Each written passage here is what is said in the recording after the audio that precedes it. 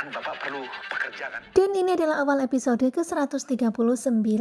Terlihat Bastian yang panik karena merusakkan alat di rumah Aksa yang sekarang ini lagi direnovasi. Tentu saja orang bangunan itu pun marah karena Bastian sudah merusak alat itu. Mereka pun mengancam Bastian akan melaporkan Bastian ke polisi.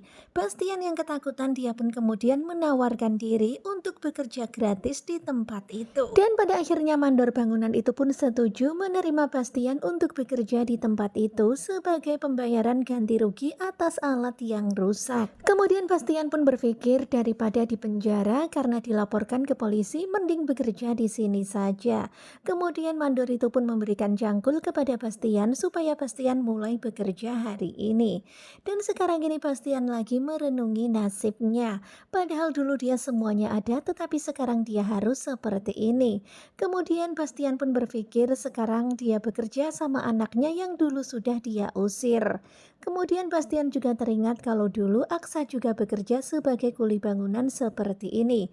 Tetapi sekarang dirinya lah yang malah harus bekerja sebagai kuli bangunan di tempat Aksa. Kemudian Bastian pun juga berpikir kalau setelah proyek ini selesai dia akan segera pergi. Bastian gak sudi kalau Aksa sampai melihat dirinya.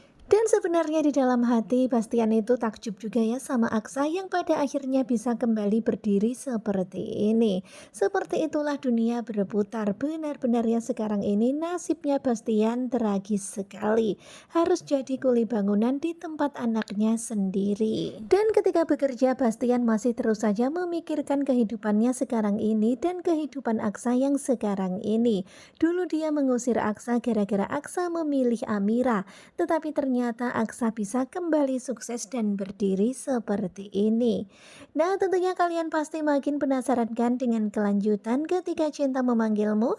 Dan ini adalah cuplikan tadi malam di episode ke-139.